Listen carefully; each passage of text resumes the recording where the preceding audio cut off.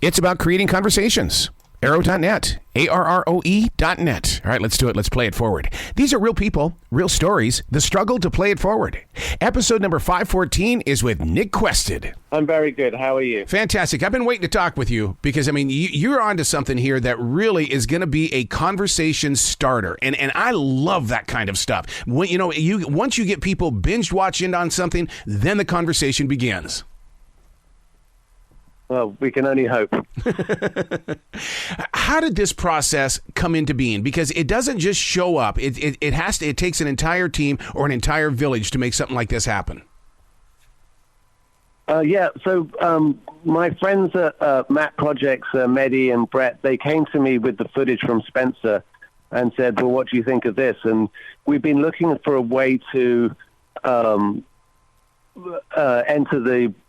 to tell the story of how COVID, expanded, or the first wave of COVID, and we thought this was a very appropriate way to personalize what the experience was for when people had no idea what COVID-19 was going to entail.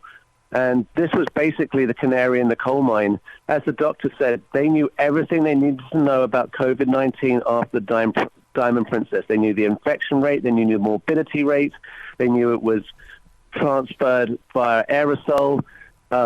And I think if there's a takeaway from the film is that if we do get to face a public health issue like this again, perhaps we can face this with some unity rather than the division that the pandemic seems to have provoked in America. Yeah, because the only thing that we held in our hands back in March of 2020 was the fact that, we were trying to figure out who was telling what. Was it the truth? What are we going to do? How do we protect ourselves? A lot of us in the entertainment industry were losing every job that we were booked for, so we were already in that fear and stuff like that. So this really, what Hell of a Cruise is going to do is it's going to give me focus in going, okay, this is what else was going on in the world. This isn't about me, but this is what else was taking place. Yeah, and it also expands from the experience of the passengers on the Diamond Princess to how the CDC and the executive branch actually responded to the cruise ships in particular, but more generally how they were responding to the early days of the pandemic, or not responding to it, and hoping it would just, blow over. Yeah, that's so funny because there's a TV show on now called Sprung, and they're dealing with it as well. But they're doing it in a comedy way, and it's based on the pandemic in the way of that we all thought it was going to be over in a week, and it's like no, and now even today, I don't know if you saw the headlines today. The Chinese government said we're almost over it, but we've got to get together. And of course, my PTSD is saying, oh hell no, it's almost wintertime. We're about ready to cook this storm again. Right? Go get your booster. That's it. That's so true. So to put it together. And a little ouchie Fauci for you. Yeah, there. to dig it up and to share the story, because, I mean, you've got all the footage and stuff like that, but you still have to create the story. I'd love to be a fly on the wall in those meeting rooms where everybody was coming together.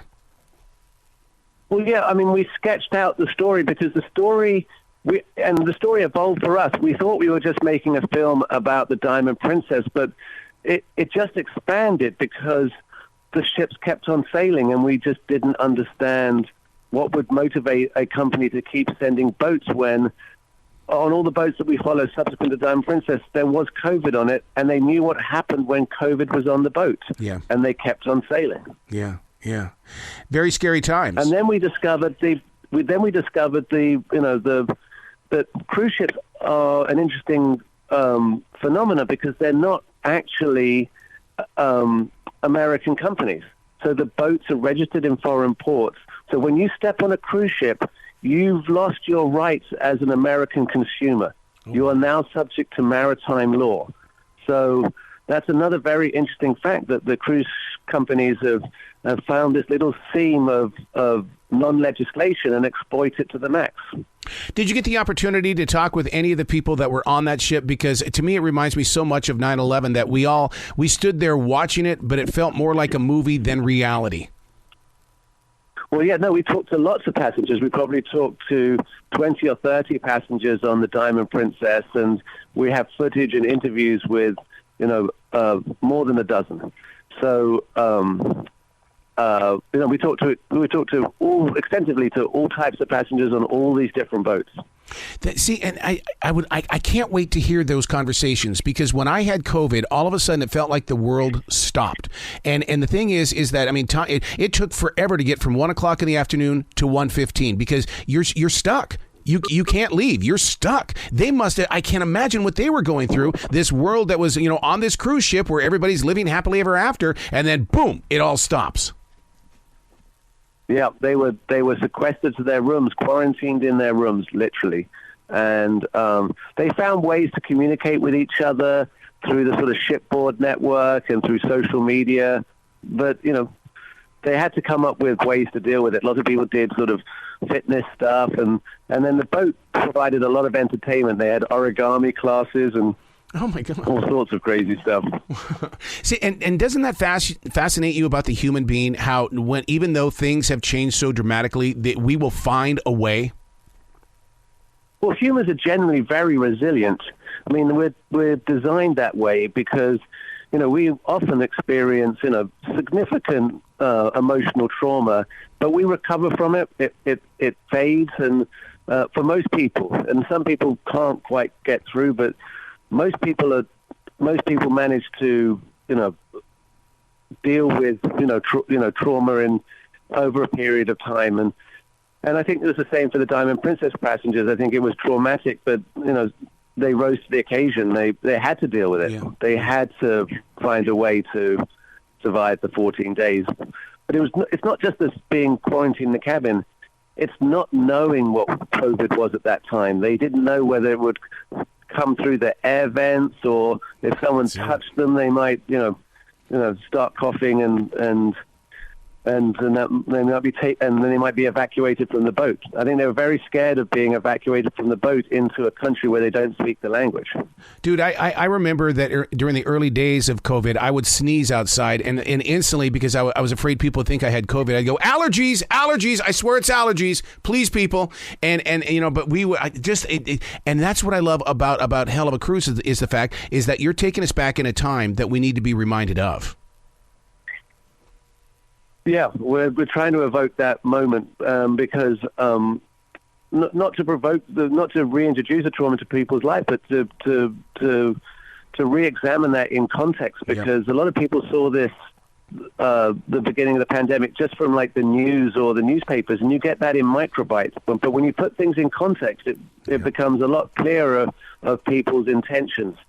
So you can see really how the federal government responded to the crisis through our film, through the lens of the cruise ships. As that journalist, as that storyteller, and pretty much, I'm going to call you an archaeologist as well, because you know how to dig up a great story. The thing is that how do you deal with all of these sudden changes and the things that we've been going through for the past 25 years? Because, I mean, you're right there in the center. Well, we dig up stuff, but we also have to, as journalists, have to try and predict what's going to be an interesting story in 18 months or 2 years' time. Yeah. And that's why, I was a witness in the first congressional hearings, because we looked at the election in the same way. We these 64 days between the election and January 6th, we knew were going to be important in the long run for America. Yeah. Do you find yourself getting prepared for the next elections, even this year as well as 2024? Oh yeah, we're making a film. We're going to go and we've been invited to film in a county that was very hotly disputed in the presidential elections, because we want to see how the election actually works, like how people vote, and we're looking forward to that. See, you become the voice of the street, and I'm so proud of you, Nick, for being that person. Thank you so much. I truly appreciate it. When people watch our films, they're very happy. Yeah, they do, and it really. And so the thing is that once your name, Nick, appears on something, it becomes an automatic. And that, in other words, I got to see this. Nick is a part of this. I got to do it. Oh, that's. I'm honored. Thank you so much. You be brilliant today, okay, sir? Yes, thank you so much. Thank you for the interview. That was awesome.